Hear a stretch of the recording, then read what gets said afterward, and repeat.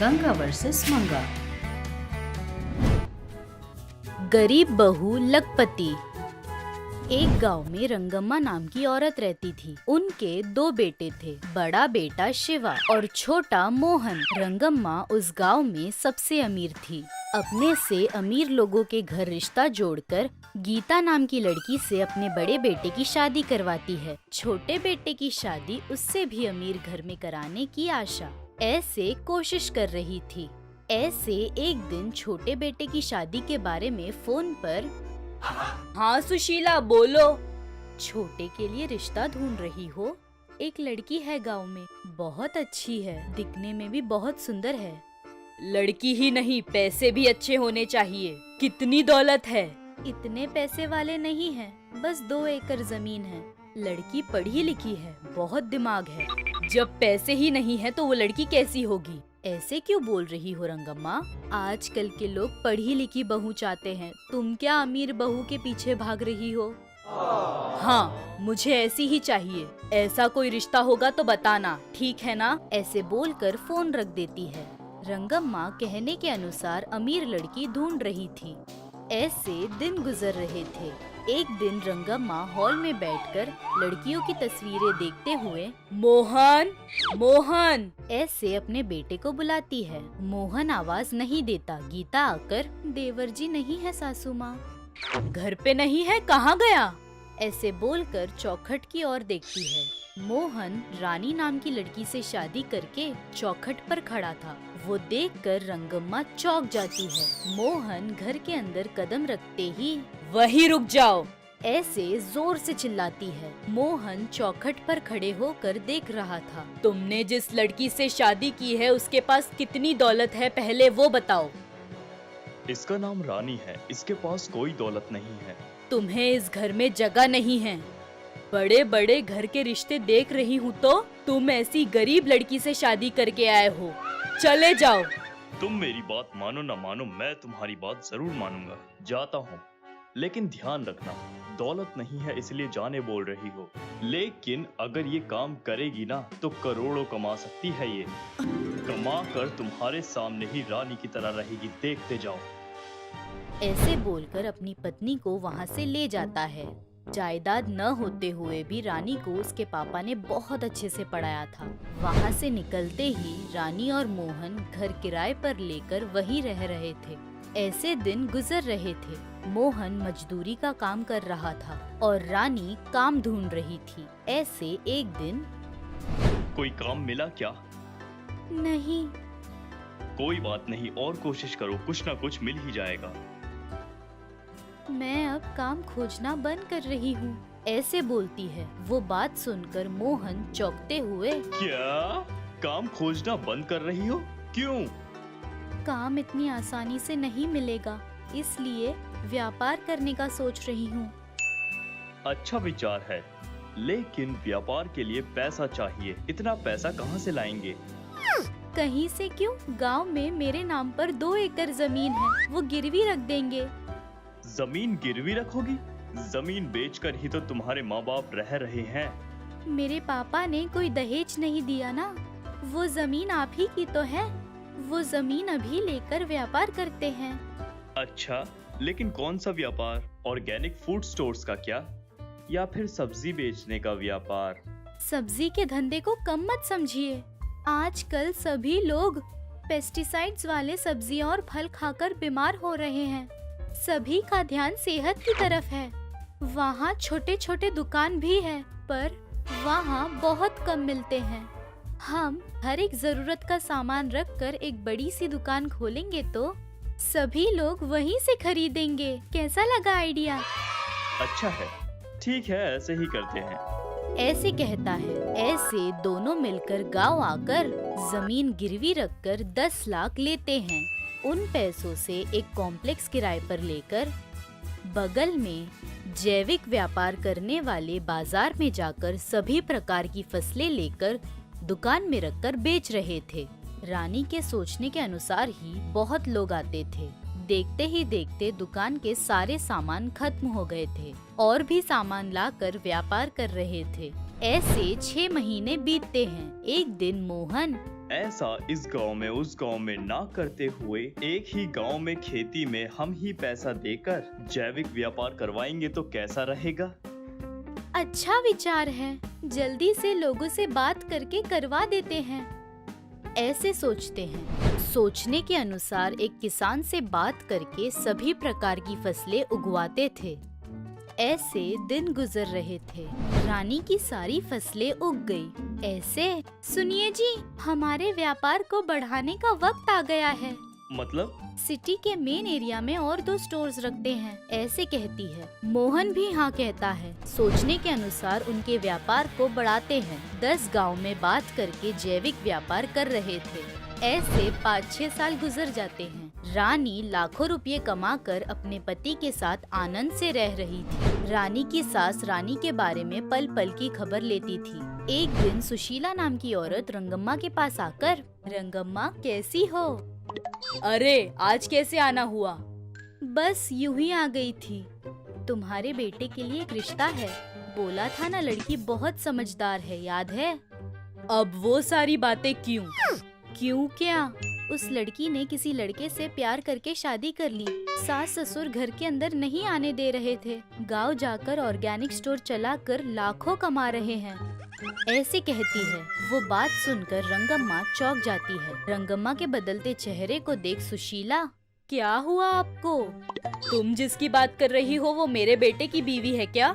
ऐसे कहती है। वो बात सुनकर सुशीला चौंक जाती है।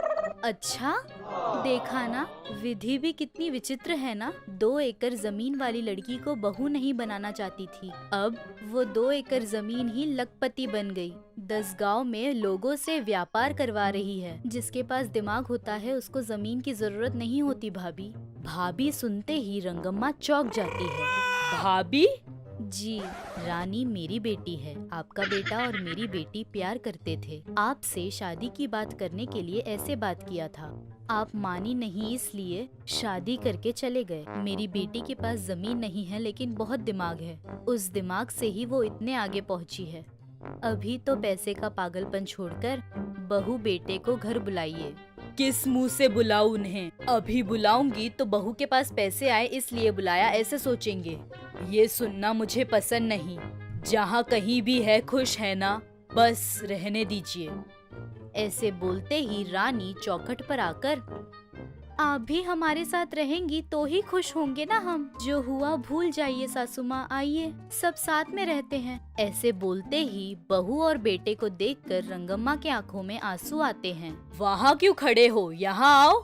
सब मिलकर रहेंगे तो ही आएंगे, नहीं तो यहीं से चले जाएंगे। हाँ बेटा, आओ अंदर। ऐसे रानी घर में आकर रंगम्मा का आशीर्वाद लेती है। बहू की अच्छाई को देखकर रंगम्मा बदल जाती है। अपने बहू बेटे के साथ खुशी से रह रही पर जा रहे थे। ऐसे वो लोग जा रहे थे, तभी चक्र सुजाता चंद्रकांतम से, अरे चंदू, आज कैसे भी करके ओ स्त्री कल आना में जैसी साड़ी है ना वैसी साड़ी खरीदनी है। वो कलर, वो मॉडल मस्त लगता है। अरे वो साड़ी में क्या है, पूरा प्लेन व्हाइट ही तो है।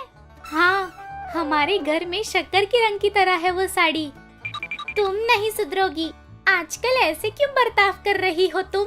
बस ऐसे ही हूँ मैं, क्या करूँ? बोलकर शर्मा रही थी। साड़ी की दुकान पर जाकर सफेद साड़ी लेती है। वो देखकर चंद्रकांतम, अरे तुमने ये खरीद तो लिया, लेकिन पहन कर रात में बाहर मत निकलना, लोग भूत आई ये सोचकर भाग जाएंगे।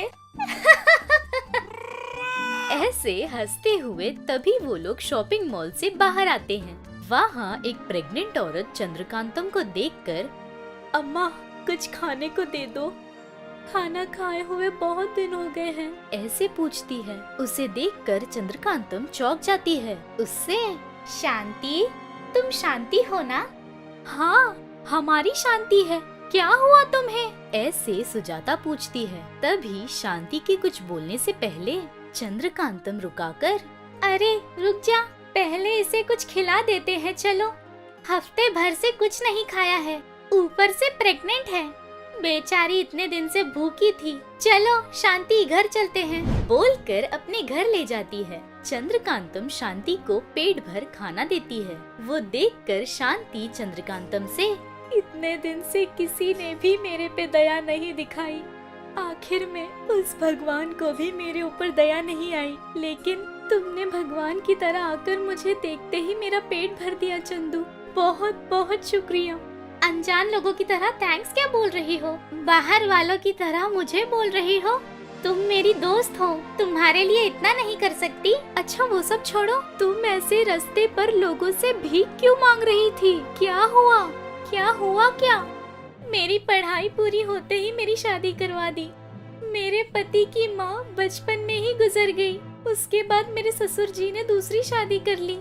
मेरे पति उन्हें जरा भी नहीं पसंद थे, लेकिन पसंद आने का नाटक करती थी।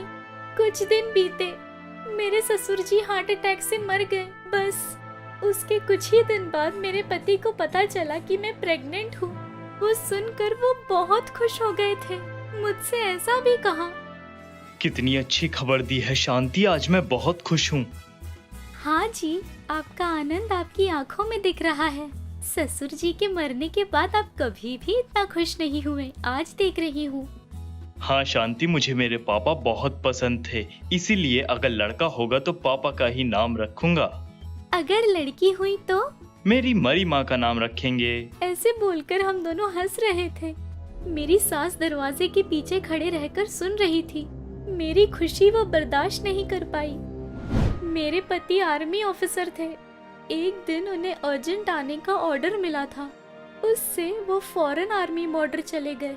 उन्हें कितनी खुशी से भेजा था, लेकिन वो खुशी ज्यादा दिन नहीं टिकी। वो बॉम्ब ब्लास्ट में मर गए, ऐसी खबर आई। वो सुनकर मैं बहुत रोई, लेकिन मेरी सास बहुत खुश हो गई थी। अपने आप में ऐसा भी सोचा, हाश, छुटकारा मिला। अब ये मनहूस भी इस घर से चली जाएगी तो ये जायदाद पूरी मेरी होगी। ऐसे हंस रही थी। उस दिन से मेरी सास ने मेरी जिंदगी नर्क बना दी। मेरे सारे सर्टिफिकेट्स जला दिए। मेरे इतने साल की मेहनत पर पानी फेर दिया उन्होंने। मुझे मारने की बहुत कोशिश की, लेकिन कुछ न होने के कारण मुझे खाना देना ही बंद कर दिया। और मुझे समझ आ गया कि मैं उस घर में नहीं रह सकती। फौरन वहाँ से बाहर निकल गई। कोई काम करने के लिए मेरे पास एक भी डिग्री नहीं थी। काम करने की हिम्मत भी नहीं थी, और मेरे लिए ना सही इस कोख में पल रहे बच्चे के लिए जीना है, ऐसे सोचा। इसलिए बीच सड़क पर सबके सामने भीख मांग रही हूँ। वो सुनकर चंद्रकांतम को बहुत बुरा लगता है। सुजाता रोते हुए, अरे तुम्हें इतनी तकलीफ हो रही है, एक बार भी नहीं बताया हमें। पहले ही कितनी तकलीफ में हूँ मैं। तुम दोनों के पास आकर तुम्हें भी तकलीफ नहीं देना चाहती थी मैं। ऐसे कहती है। उस पर चंद्रकांतम, बहुत दिमाग चलाती हो तुम। हमें तकलीफ ना हो इसलिए हमारे पास नहीं आई। तुम और तुम्हारी ओवर एक्टिंग। मुसीबत में साथ देने वाले लोगों को ही दोस्त कहते हैं। तुम्हें परेशान देखकर हम कैसे खुश रह सकते हैं? वैसे शांति, तुम्हें इतना शांत नहीं रहना चाहिए। अब देखना तुम्हारी सास को कैसे अशांत करती हूँ। ऐसे बोलकर मैजिक लैम्प से जिनी को बुलाती है। जिनी के आते ही सुजाता डर के मारे फिर से बेहोश हो जाती है। चंद्रकांतम जिनी को सारी बातें बताती है। वो सुनकर जिनी शांति से, तुम डरो मत दीदी, अब से मैं सब देख लूंगा। आप आराम से बेड पर लेट जाइए, आराम कीजिए। चंद दीदी, इस मैजिक ग्लोब पर जो कुछ भी वहाँ हो रहा है तुम लाइव देखो। ऐसे बोलकर मैजिक ग्लोब देकर शांति के घर पर जाता है। वहाँ जाते ही जिनी शांति के रूप में बदल जाता है। जाकर शांति की सास से, सासू माँ, मुझे माफ कर दीजिए। अब से घर के सारे काम मैं ही करूँगी सासू माँ।